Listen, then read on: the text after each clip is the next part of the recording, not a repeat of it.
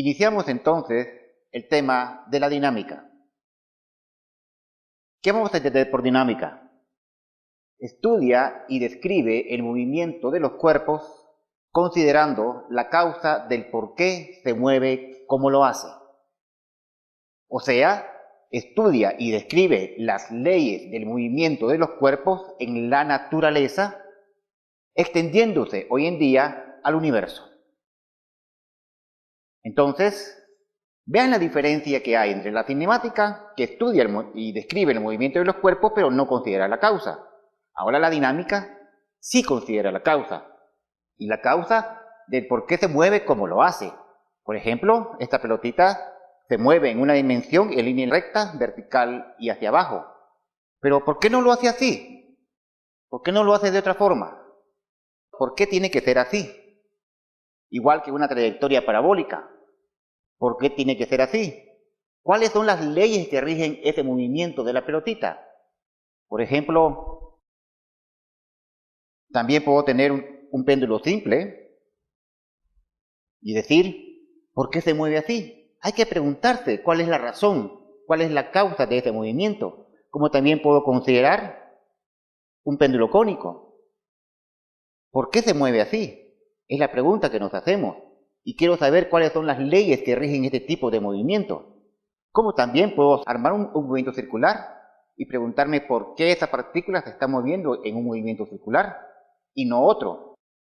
Como también me puedo imaginar un movimiento de vibración. Yo sé que en la naturaleza todo está vibrando. Un modelo muy simple de considerar de un movimiento de vibración es un movimiento armónico simple. Y la pregunta es, ¿cuáles son las leyes que rigen este tipo de movimiento? Entonces, básicamente de esto trata la dinámica, de estudiar en sí lo que es el por qué los cuerpos se mueven, cómo lo hacen, tratando de encontrar sus leyes de movimiento. Pero también no tiene que ser todo mecánico. También a mí me gustaría, ¿qué te diría? Estudiar la dinámica de un electrón. Observa, por ejemplo, ahí tenemos un montón de rayos. Son rayos. En realidad son un montón de electrones que pasan de la parte que está adentro hacia la superficie del cristal que está aquí afuera. Ahí tú puedes ver una cantidad de electrones en forma de rayos. Pero si yo te preguntara, mira, me gustaría estudiar la trayectoria que sigue ese electrón cuando yo pongo mi dedo acá, obviamente ahí hay una dinámica. Y entonces yo me pregunto, ¿cuáles son las leyes que rigen el movimiento de los electrones? ¿Por qué razón cuando yo pongo mi dedo sucede eso? ¿Por qué razón cuando yo quito el dedo sucede eso? ¿Cuáles son las leyes que rigen el movimiento acá? Esas son las preguntas básicas de la dinámica. Ahora, para estudiar la dinámica, ahí sí que podemos decir que básicamente el padre de la mecánica moderna es el Sir Isaac Newton.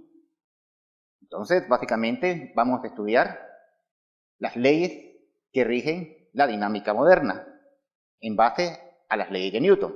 Pero antes les tengo un artículo que me gustaría que le pusieran un poquito de atención para conocer a nuestro personaje Isaac Newton.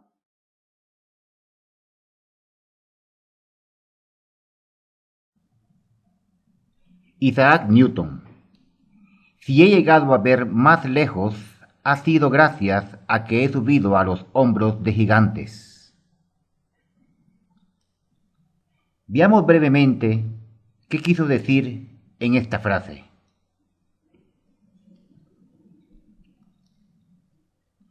En el legado griego, entre los más antiguos está Tales de Mileto.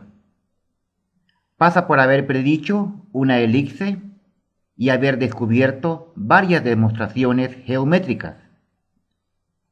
Se encuentra también Pitágoras.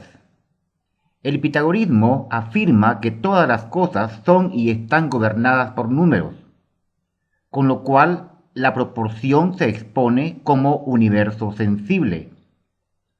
Bajo un punto de disciplina, se centra en la geometría y la aritmética teórica, de donde se dan los primeros pasos hacia una matematización de la experiencia. Es Pitágoras en llamar teoreia lo que hoy se conoce como teoría, cuando un fenómeno sea llevado a sus números. Esto es esencial en el pensamiento científico de Isaac Newton, donde sus observaciones de los fenómenos naturales los deseaba poner en teoría por medio del cálculo. Un pitagórico, Filolao, será el primer hombre en decir que la Tierra es una esfera y describe un movimiento circular alrededor de un punto externo llamado fuego central, aunque ese fuego no se identifique con el Sol. A otro pitagórico, Aristarco, se le debe las primeras mediciones razonables de la distancia al Sol y la Luna por medio de métodos geométricos. Es muy amplio el legado a la ciencia por parte de los griegos. Apolonio, Arquímedes, Euclides, como Aristarco, florecen todos en un período menos de 100 años. Es un tiempo donde Euclides redacta sus intocables elementos, Apolonio su tratado de secciones cónicas, donde Arquímedes fundaba la estática y presentía el cálculo infinitesimal, época que marcó grandes avances para el futuro de la física y matemática, ya que 2 milenios después, Newton aprovechará hasta sus últimos detalles las obras de estos hombres.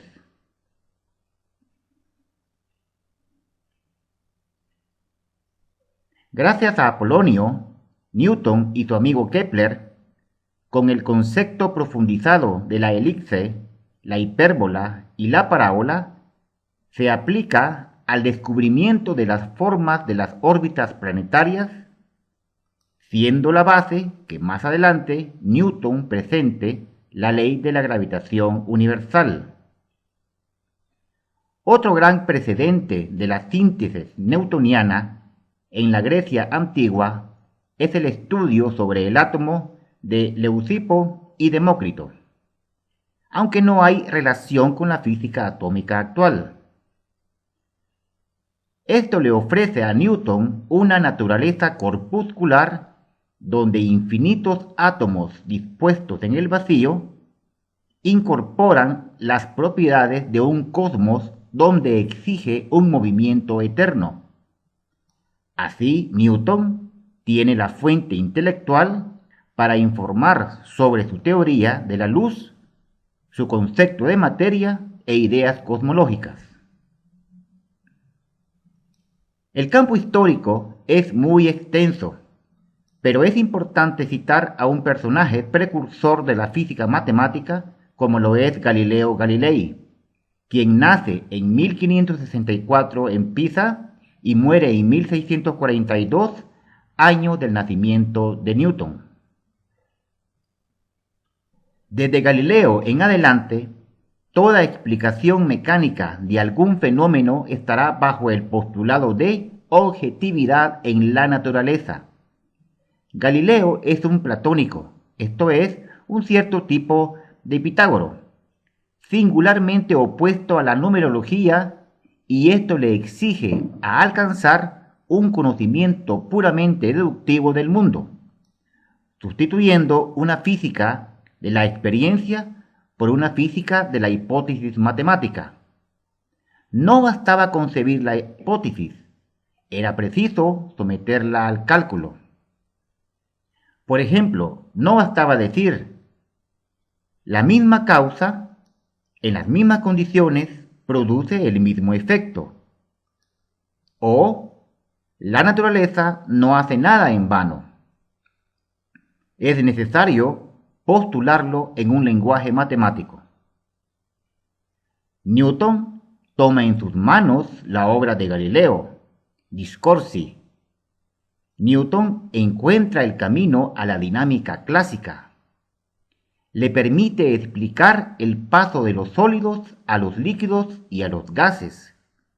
Pero la mayor aportación estuvo en la ley de la caída libre, el principio de inercia, las transformaciones de Galileo del movimiento relativo y la definición de la física matemática.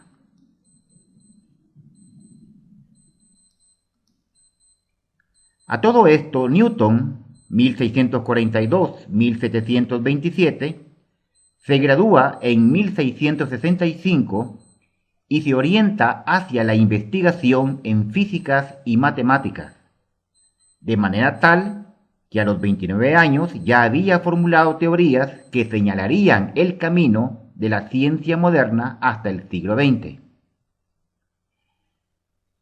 Newton, junto con Leibniz y otros antecesores, como por ejemplo Arquímedes, fueron abonando el terreno para dar nacimiento al cálculo infinitesimal e integral que hoy contribuye hasta el día de hoy a una profunda renovación de las matemáticas como un lenguaje universal de los fenómenos de la naturaleza. Aportó conocimiento en el campo de la óptica. En 1668 diseña el telescopio de reflector del tipo que se usan actualmente en la mayoría de observatorios. También trabajó en el campo de la termodinámica y la acústica.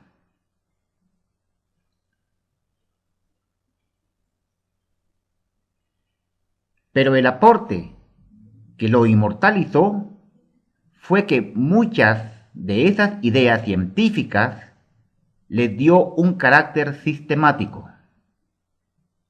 Cuando se habla de un carácter sistemático, me refiero que el estudio y la observación que él hizo de la naturaleza lo aprendió en base a la experiencia en forma ordenada, recopilando información de sus observaciones, retroalimentando esta información, llevando un completo ordenamiento de datos, como se muestra en su obra Principios Matemáticos de la Filosofía Natural, 1687, formulando rigurosamente las 3 leyes fundamentales del movimiento y dando así nacimiento a una nueva era en el campo de la dinámica.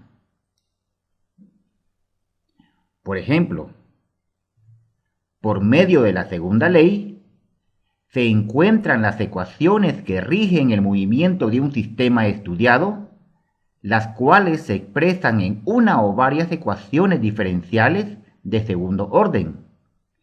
Y al solucionar dichas ecuaciones predicen el comportamiento dinámico del sistema.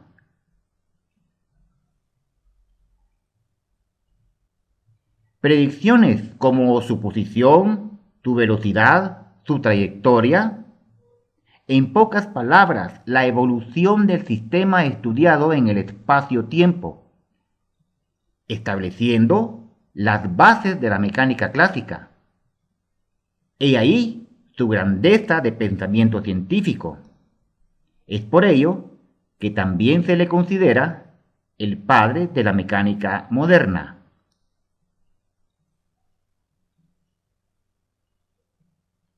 Luego presenta la ley de la gravitación, que al extenderla a todos los cuerpos del universo, la convierte en la ley universal de la gravitación, la cual es la causante de colocar satélites de todo tipo, como por ejemplo de comunicación, y que por ello todos andemos con un celular en mano,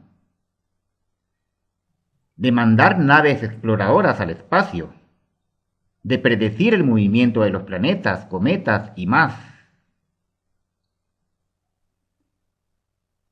Pero también hemos de tener presente que como todos nosotros, también tuvo buenos y malos momentos.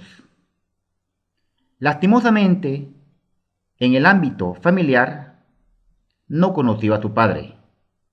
Murió antes de nacer.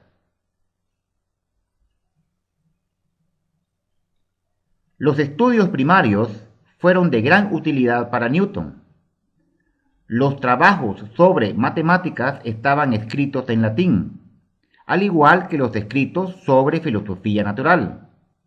Los conocimientos de latín le permitieron entrar en contacto con los científicos europeos, pero los niños lo encontraban demasiado astuto y pensaban que se aprovechaba de ellos debido a su rapidez mental muy superior a la de ellos, siendo un joven por lo regular solitario.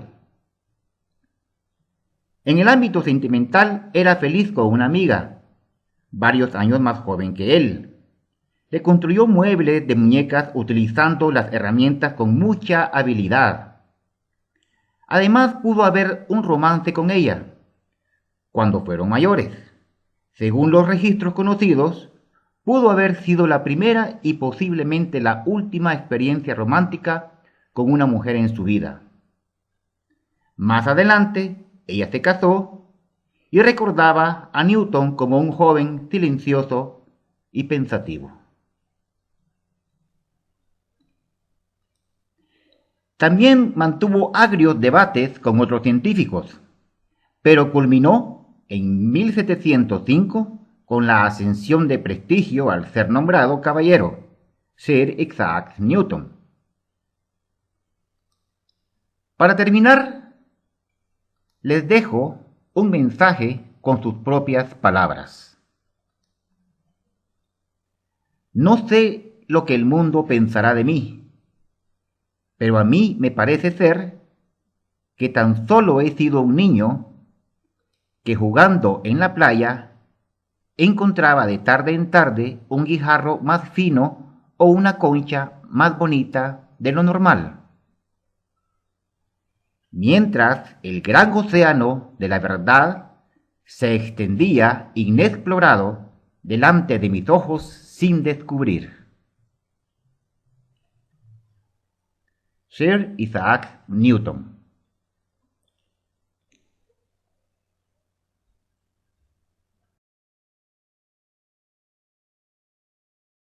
Muy bien, espero que te haya sido motivante este artículo, donde puedes conocer un poquito más a nuestro gran personaje, Isaac Newton. Y digo gran personaje porque imagínate, se escriben libros gracias a él acerca de dinámica. Más adelante tendremos oportunidad de dar unas clasecitas de dinámica pura. Aquí tenemos una cantidad de problemas y teoría acerca del movimiento de los cuerpos, etc. Y todo está basado en las leyes del movimiento de Isaac Newton. Es fantástico. Ahora, imagínate esto. Tú puedes ser un científico, pero un científico le pregunta a la naturaleza por qué son las cosas así. Y gracias a las leyes de Newton, bajo el punto de vista de la mecánica clásica, tú puedes entrar a ese mundo, a averiguar todo el tipo de información en base a las preguntas que puedes hacerle o formularle al universo. ¿Por qué la Tierra es redonda? ¿Por qué el Sol brilla? ¿Por qué el cielo es azul? ¿Por qué una hoja es verde? Tantas preguntas que se pueden hacer. Si la luz tiene una velocidad, ¿cuánto vale la velocidad de la luz? Por ejemplo. Pero bajo el punto de vista de ingeniería, imagínate, tú tienes que hacer máquinas. O sea, hay un curso que se llama mecánica teórica, ¿ya? Mecánica experimental. ¿Pero qué es mecánica? Yo lo diría así, es el arte de construir máquinas. Pero ese arte de construir máquinas tiene un fundamento científico y está basada en las leyes de Newton. Ahora, si a esas leyes de la mecánica le añadimos la termodinámica, la electrónica, por ejemplo, ahí vas a ver máquinas de producción, robots, digamos los carros antiguos como los carros modernos, los helicópteros, los aviones, ya, los barcos, todos esos aparatos, los aparatos de caza, por ejemplo, todos tienen una base en las leyes de Newton. Por eso es que es grande. Entonces ya te imaginas la cantidad de información que hay que estudiar en base a las leyes de Newton. Solo te hago una última pregunta. Imagínate que vas a construir o que te mandan a construir un parque de diversiones. y que vas a trabajar con la rueda de Chicago, por ejemplo. Mire, quiero que me construya una rueda de Chicago. Dime, tienes que estudiar movimiento circular, pero aparte del movimiento circular tienes que estudiar dinámica, de por qué se tiene que mover así. Entonces la dinámica es sumamente importante.